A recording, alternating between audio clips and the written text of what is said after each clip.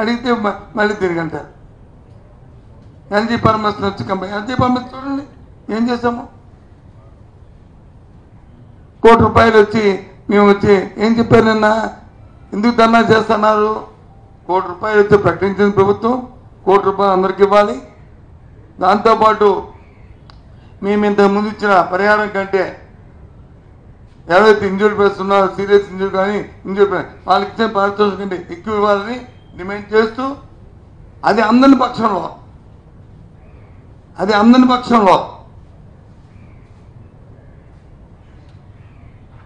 దాన్ని ఆలస్యం చేసే పరిస్థితి వస్తే, ఎందుకంటే కొంత అంబిగ్యూటీ ఉంది మాటల్లో. ఆ రోజు ప్రభుత్వం ఏం చేశాం, ₹1 ప్రకటించడమే కాకుండా వెంటనే ప్రభుత్వం నుంచి 30 కోట్లు రిలీజ్ చేసి ఆ డబ్బులు వచ్చి ముందు ఇచ్చి తర్వాత ఫ్యాక్టరీ దగ్గర నుంచి యాజమాన్యం దగ్గర నుంచి దాన్ని రీఎంబర్స్మెంట్ పెట్టాం. అవునా కదా? కానీ ఇక్కడ మాటలకు వచ్చాయి, ఫ్యాక్టరీ వచ్చి ఫ్యాక్టరీతో ఇప్పిస్తాం డబ్బులు అని చెప్పారు.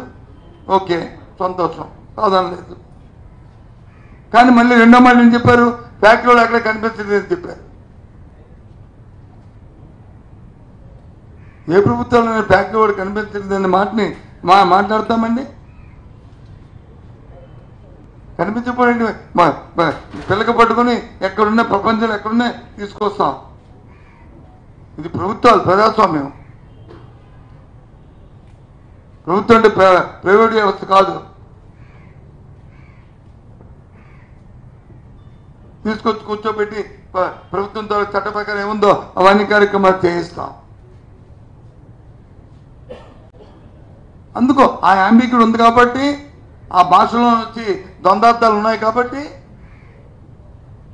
జగన్మోహన్ రెడ్డి గారు ఆ మాట అనవలసి వచ్చింది. ఆలస్యమైతే మేము చేస్తాం, అవసరమైతే వచ్చి కూర్చుంటాం. ఎస్, ప్రతిపక్షంగా మా బాధ్యత, ప్రజల తరఫున పోరాటం మా తాలూగా ఆ బాధ్యత. ఆ క్షతగాత్ర పట్ల మా తాలూకా బాధ్యత.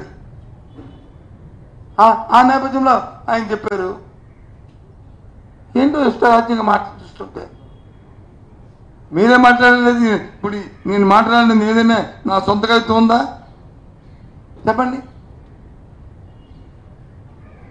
చెప్పింది వాళ్ళే, మళ్ళీ వాళ్ళే, ఇది చేసింది వాళ్ళే, మళ్ళీ వచ్చేటారు. ఆ రోజు ప్రెస్ మీట్ చెప్పింది ఏం చెప్పండి. ఎక్కడ మా కేజీహెచ్లో మీ అందరం ఉన్నప్పుడు ఎస్, ఎవరైతే ఐడెంటిఫై ఉంటో ఐడెంటిఫై లేనప్పుడు వాళ్ళు